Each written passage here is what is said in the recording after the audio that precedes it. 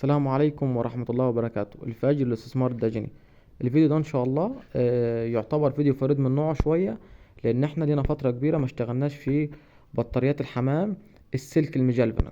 كنا الفترة اللي فاتت بنستهدف مربين الدواجن، لكن الطلب مننا اكتر من مرة نصنع بطاريات حمام. فان شاء الله لما حبينا نصنع لازم ندي التاتش بتاعنا، ولازم بفضل الله نتميز في شغلنا.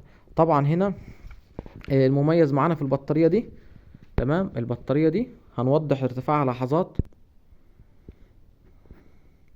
البطارية دي بفضل الله ارتفاع العين فيها 45 سنتي، ارتفاع العين 45 سنتي اهو، على عكس اغلب البطاريات اللي بره اللي بيبقى ارتفاعها 40 سنتي. دي احنا هنا بحس لو الزبون او العميل هيربي فيها حمام كينج او حمام تجايل، اللي هو الحمام اللي بيكون ارتفاعه عالي شوية.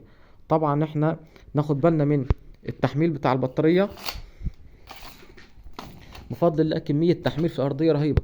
حتى هنا السلاك ناخد بالنا، السلاك هنا ضيقة بقدر الإمكان، السلاك هنا ضيقة بقدر بقدر الإمكان. كمان شايفين دخانة السلك؟ لا السلك بسم الله ما شاء الله. كمان معانا هنا البطارية دي احنا حتى فضلنا واحنا بندبلها ندبلها دبل يدوي. ناخد بالنا كمية الدبل اللي في الشغل، حتى شايفين كمية الدبل.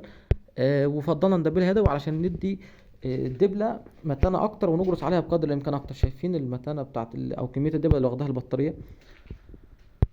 حتى ارتفاع العين بسم الله ما شاء الله، يعني ارتفاع العين باين، العين ارتفاعها لا 45 سم، تفرق طبعا عن ال 40. ارتفاع العين 45 سم صافي غير الدرج، تمام. طبعا احنا هنا عاملين حساب العلافات، الجراب بتاع الميه، الكفر بتاع كب الميه اللي هيركب الاوتوماتيك.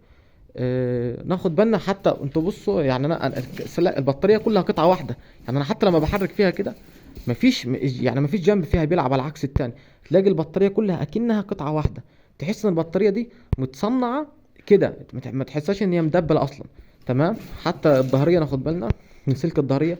حتى الظهريه سلاكها بسم الله ما شاء الله، سلاك الظهريه سلاك محمل، المسافات ضيقه لمنع دخول الفيران وخلافه. طبعا ان شاء الله متاح منها كميات، وان شاء الله متاح منها اسعار مميزه للناس اللي حابه تربي حمام، او الناس اللي حابه تجهز عنابر حمام. باكد ان البطاريه دي سعرها اغلى من بره. ليه سعرها اغلى من بره؟ لان البطاريه دي وزنها في السلك ضعف الوزن البطاريات اللي بتتباع بره.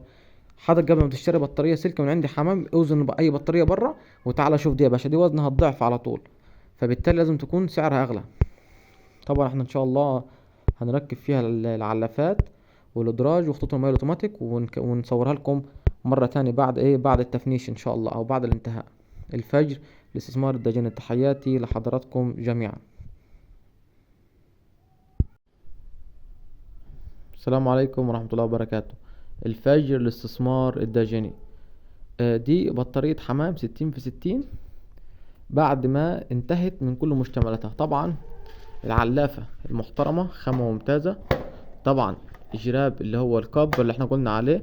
طبعا الطاجن الفخار اهو، البلاستيك اقصد بتاع اللي بيجوز في الحمام، كل عين يبقى فيه نفس الكلام. طبعا ده اسمه كاب اوتوماتيك، كاب اوتوماتيك. ودي العلافة اللي احنا بنأكد عليها، دي بعد ما البطارية انتهت. طبعا احنا لسه هنتكلم عن مواصفات البطارية دي، واحنا اكدنا فيها اكتر من مرة ان هي بتكون سلاك محمل. دي منظر البطارية بعد ما تم الانتهاء منها. متاح ان شاء الله كميات، متاح ان شاء الله كميات. يا مسهل الحال يا رب. الفجر للاستثمار الداجني، تحياتنا لحضراتكم جميعا.